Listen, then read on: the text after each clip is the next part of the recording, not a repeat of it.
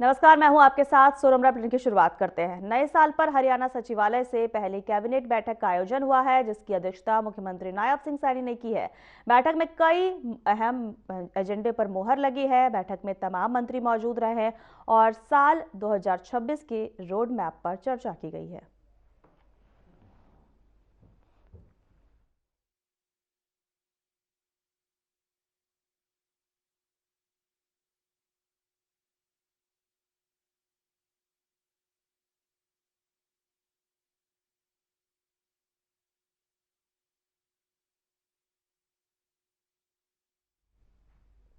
Haryana cabinet की बैठक के बाद सीएम नायब सिंह सैनी ने प्रेस कॉन्फ्रेंस की है। सीएम सैनी ने प्रदेशवासियों को नए साल की बधाई देते हुए कैबिनेट के फैसले को लेकर जानकारी दी है।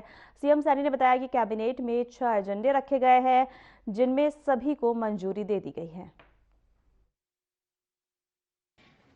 आज की इस प्रेस वार्ता में मैं सभी पत्रकार एवं छायाकार बंधुओं का स्वागत करता हूं। सबसे पहले आप सबको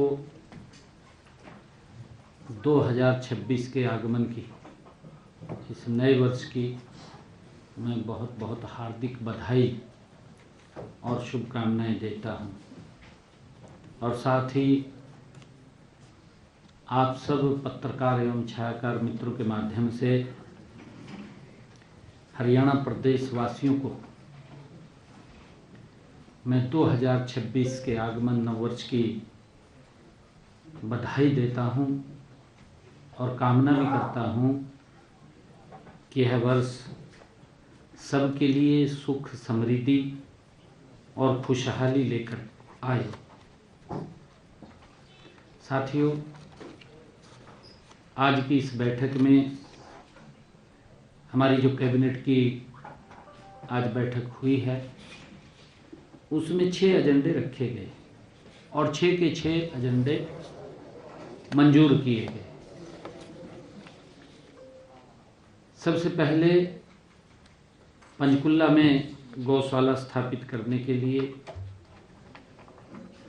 एजेंडा उसमें रखा था, भूमि को पट्टे पर देने के लिए। हमारी सरकार गौ सेवा और गौ संरक्षण की दिशा में लगातार मजबूती से काम कर रही है।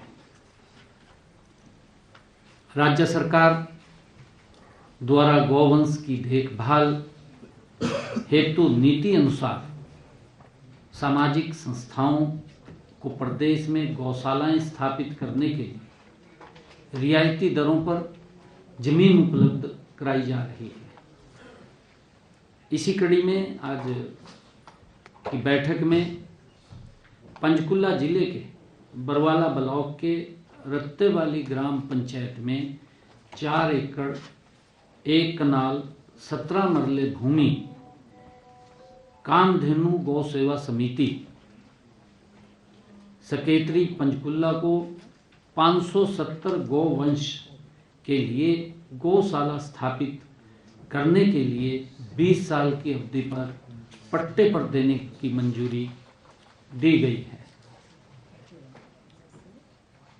साथियों, इसी प्रकार हमारे जो कॉन्ट्रैक्ट पर ट्रांसपोर्ट विभाग में ड्राइवर थे, आज की बैठक में जो हमारे ट्रांसपोर्ट विभाग के कर्मचारियों के हित में भी एक बड़ा फैसला आज लिया गया है।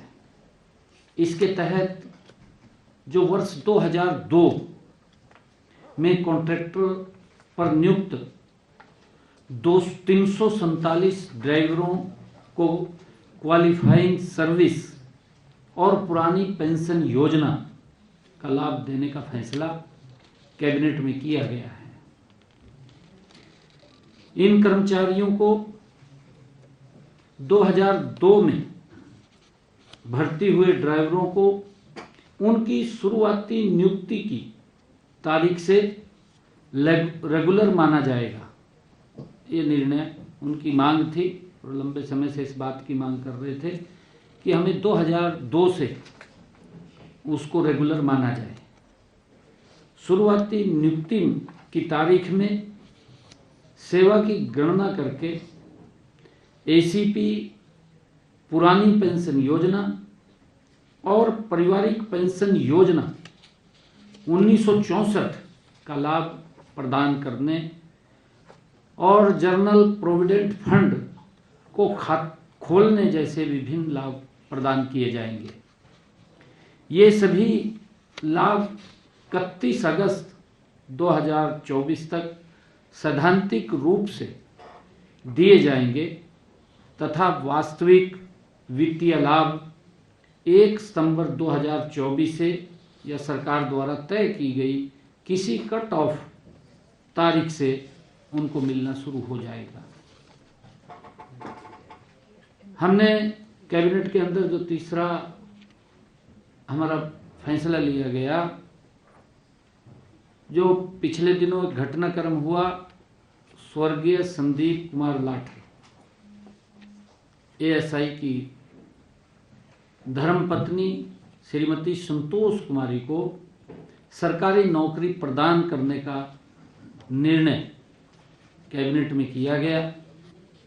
उन्हें कैंपस स्कूल महर्षि दयानंद विश्वविद्यालय रोहतक में पीजीटी गणित ग्रुप बी के पद पर सरकारी नौकरी दी जाएगी। श्रीमती संतोष कुमारी की शैक्षणिक योग्यता सहित अन्य सभी पात्रताएं पूरी करती हैं और नियमानुसार यह निर्णय लिया गया है।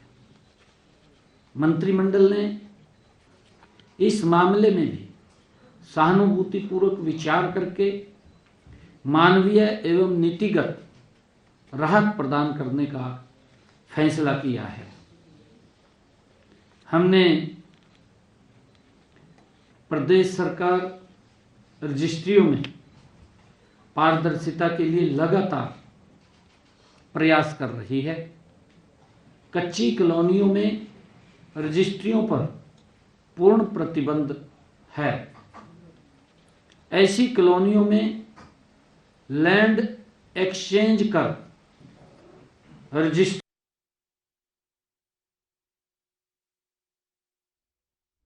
नववर्ष के आगमन के मौके पर जिले में पहली बार जिला पुलिस लाइन में भव्य कार्यक्रम आयोजित किया गया। पुलिस अधीक्षक वरुण सिंघल के नेतृत्व में आयोजित इस कार्यक्रम में पुलिस विभाग के सभी अधिकारी और विशेष अतिथि शामिल हुए। कार्यक्रम में सांस्कृतिक प्रस्तुतियों के जरिए देशभक्ति गीतों पर अधिकारी झूमते नजर आए। पुलिस अधीक्षक ने बताया कि इसका मुख्य उद्देश्य पुलिस परिवार और आम लोगों के लिए नव वर्ष का स्वागत उत्साहपूर्ण तरीके से करना और भविष्य में इस तरह के कार्यक्रम नियमित रूप से आयोजित किए जाएंगे।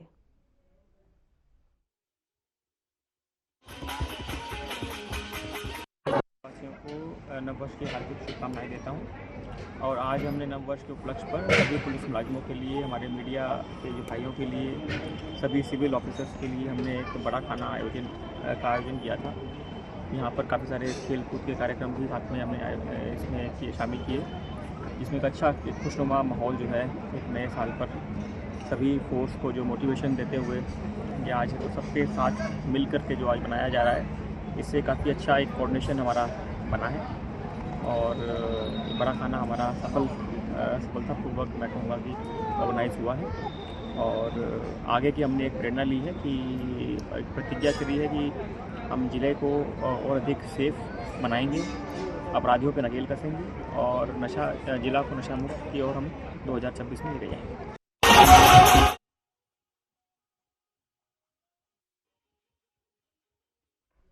केंद्रीय सहकारिता राज्य मंत्री कृष्णपाल गुर्जर ने नए साल के मौके पर गरीबों को तोहफा देते हुए अपने कार्यकाल में 2 मेडिकल बसों को हरी झंडी दिखाकर रवाना किया। आपको बता दें, इन बसों में एसी, जनरेटर, एक्सरे मशीन और लैब जैसी सभी सुविधाएं उपलब्ध है, जिनमें खून के टेस्ट भी किए जा सकते हैं। वहीं आपको बता दें, राज्य मंत्री ने बताया है कि यह मेडिकल वाहन गरीब और मजदूरों तक स्वास्थ्य सेवाएं पहुंचाएगा, खासकर उन लोगों तक जो दिन भर मजदूरी करते हैं और अस्पताल जाने का समय नहीं मिल पाता।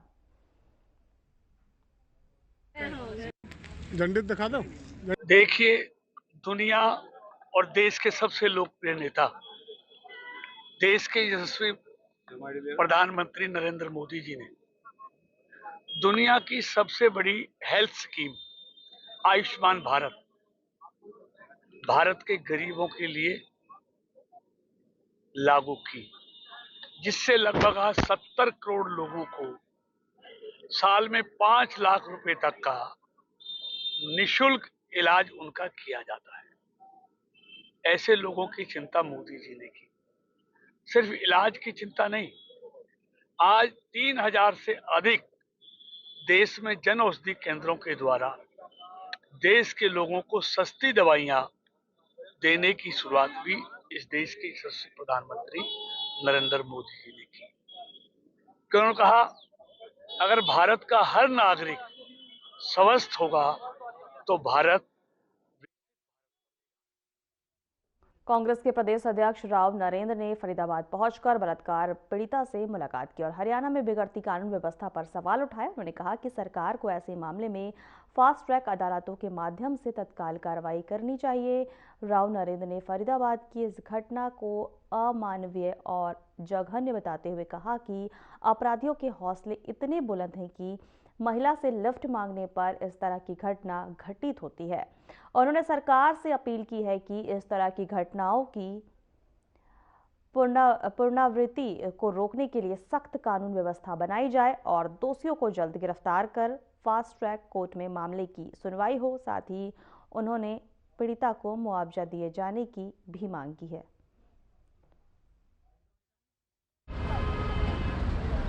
फरीदाबाद में जो 2 दिन पहले जो घटना हुई बहुत ही अमानवीय और जघन्य अपराध है, इसको कहा जाए।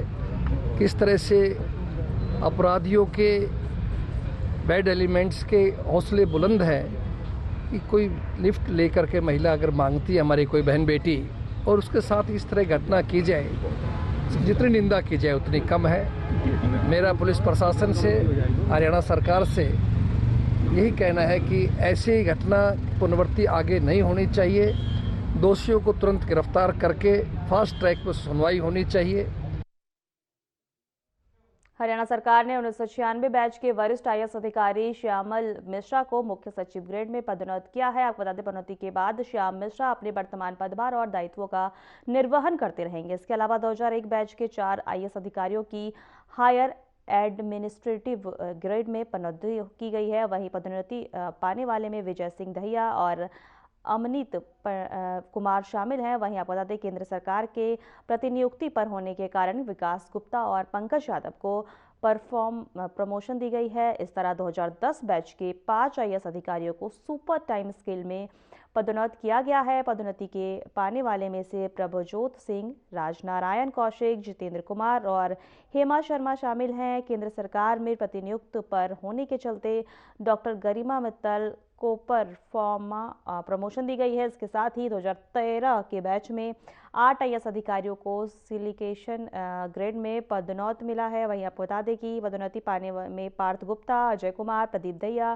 संगीता तेतरवाल और मनदीप कौर, प्रतिमा चौधरी और वीरेंद्र कुमार दहिया शामिल है। केंद्र सरकार में प्रतिनियुक्ति पर होने के चलते निशांत कुमार यादव को प्रमोशन दी गई है।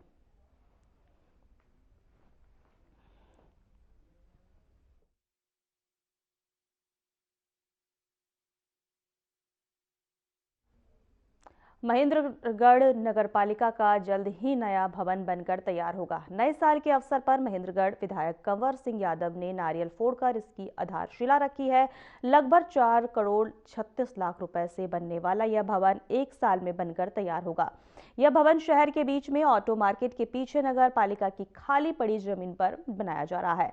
इसके बनने के बाद शहरवासियों को काफी सुविधा मिलेगी। इसके अलावा विधायक ने राम विहार कॉलोनी के 2 रोड और कटला मोहल्ले का 1 रोड का निर्माण कार्य शुभारंभ भी किया है। इस मौके पर नगर पालिका चेयरमैन रमेश सैनी सहित सभी पार्षद गण और नगर पालिका अधिकारी मौजूद रहे।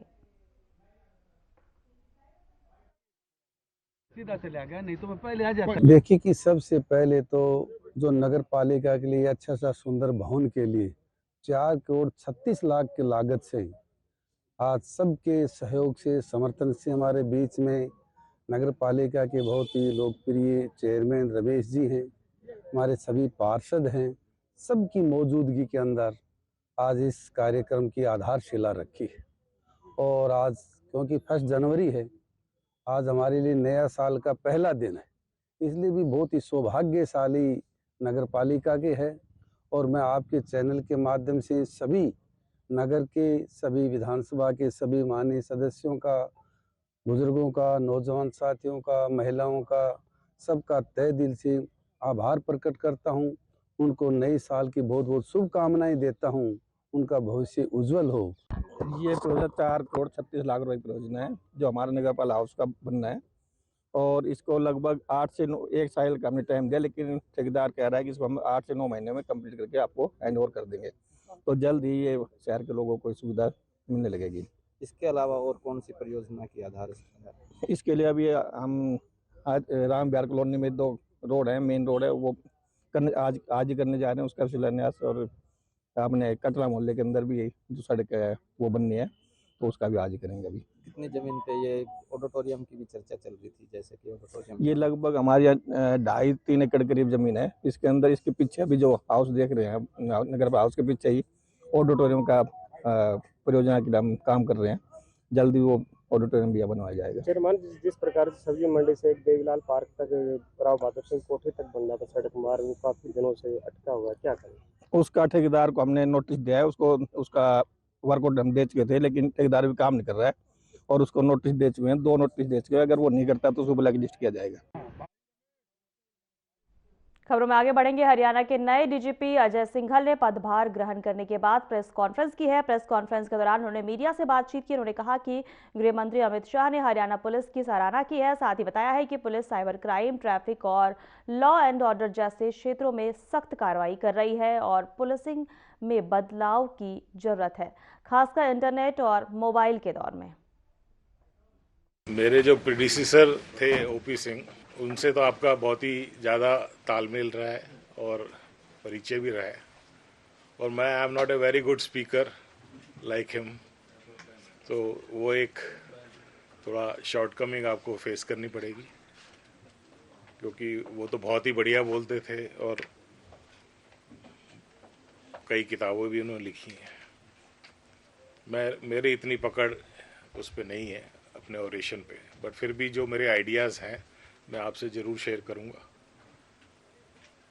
मैंने 1992 बैच में आईपीएस ज्वाइन किया और ओपी सिंह साहब और आलोक राय साहब दोनों, हम सब ने इकट्ठी ट्रेनिंग करी।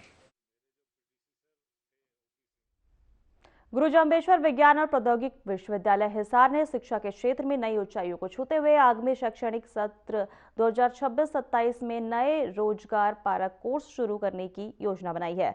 कुलपति प्रोफेसर नरसी राम बिश्नोई ने नववर्ष के अवसर पर मीडिया से बातचीत करते हुए विश्वविद्यालय की उपलब्धियों की जानकारी दी है।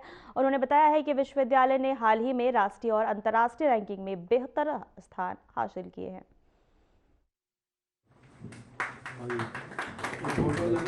2026 के अवसर पर मैं गुरु जम्बेश्वर विज्ञान और प्रौद्योगिकी विश्वविद्यालय हिसार की ओर से प्रदेशवासियों, विद्यार्थियों, अभिभावकों, शिक्षकों और मीडिया के सभी साथियों को हार्दिक शुभकामनाएं देता हूं। आज मुझे ये बताते हुए विशेष संतोष हो रहा है कि वर्ष 2025 में विश्वविद्यालय द्वारा जो घोषणाएं की गई थी वो सभी सफलतापूर्वक पूरी कर ली गई है। पिछले कुछ वर्षों में ये देखा जा रहा था कि युवा निजी और विदेशी संस्थाओं की ओर अधिक आकर्षित हो रहे हैं, तो इसको बदलने के लिए हमने शिक्षा में गुणवत्ता, कैरियर आधारित पाठ्यक्रम, डिजिटल व्यवस्था और शोध पर जो है काम किया, जिसका हमें बड़े अच्छे परिणाम मिले। हमारे विश्वविद्यालय के अंदर 2 साल के अंदर जो हमने 65 से जो है 95 कोर्सेज जो है सारे जॉब ओरिएंटेड कोर्सेज आरंभ किए हुए थे। गोलाचिका के खरौदी रोड क्षेत्र में राइस मिलों से फैल रहे प्रदूषण के खिलाफ लोगों का गुस्सा सड़कों पर फूट पड़ा है। वार्ड नंबर 12 के स्थानीय निवासियों ने प्रशासन और प्रदूषण नियंत्रण विभाग पर गंभीर लापरवाही के आरोप लगाते हुए जोरदार प्रदर्शन किया है। लोगों का आरोप है कि कई राइस मिलें बिना शोधन संयंत्र के गंदा पानी खुले में छोड़ रही है। प्रदर्शनकारियों ने पत्रकारों को वीडियो फुटेज सौंपे जिनमें रिचार्ज बोर के जरिए गंदा पानी जमीन के छोड़े जाने को सबूत दिखाई दे रहा है। लोगों का कहना है कि इससे भूजल प्रदूषित हो रहा है और इलाके में पेट, त्वचा, पीलिया और सांस संबंधी बीमारियां बढ़ रही हैं।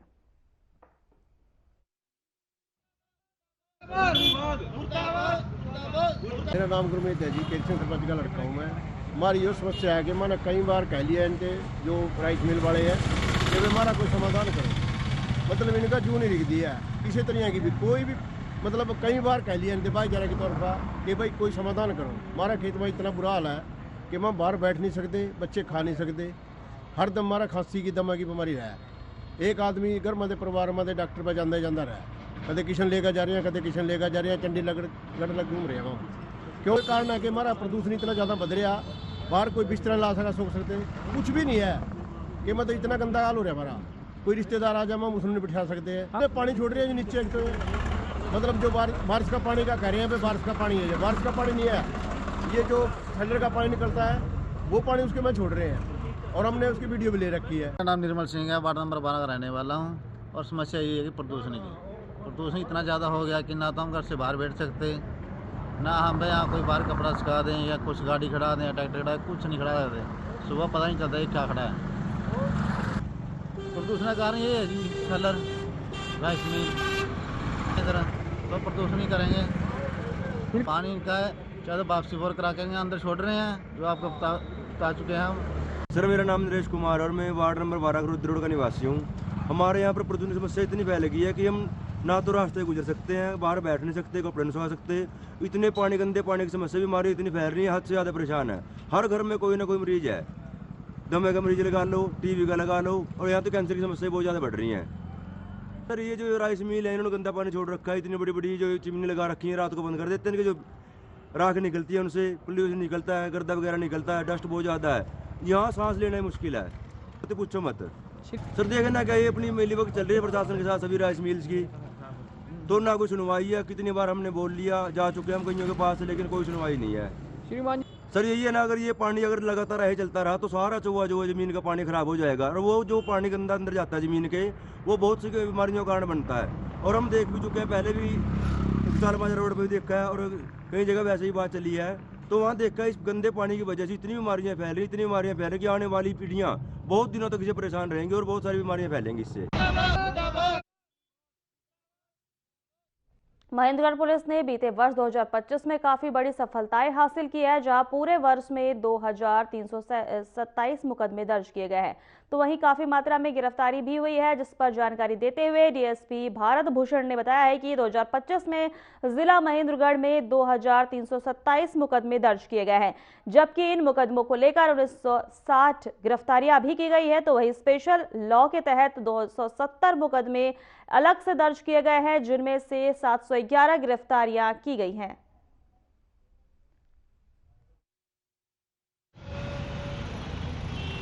वर्ष को लेकर पुलिस में कोई हुड़दंगबाजी ना हो, इसके लिए पुख्ता प्रबंध किए गए हैं। इसलिए हमने जिला महेंद्रगढ़ में कुल 85 नाके लगाए गए हैं और पुलिस की गश्त लगातार जारी रहेगी।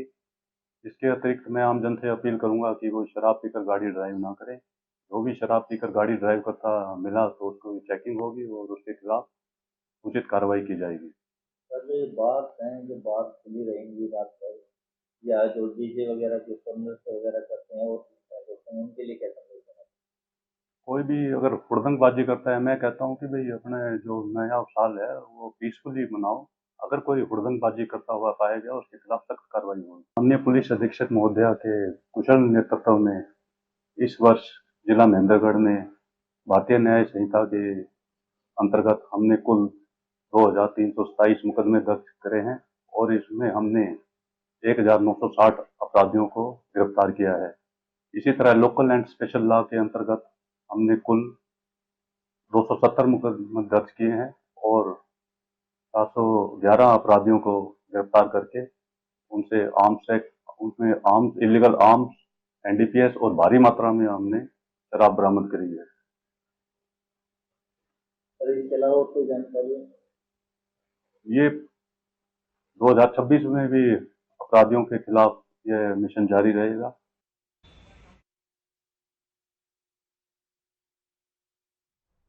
फिलहाल हमारे खास बुलेटिन में इतना ही। नमस्कार।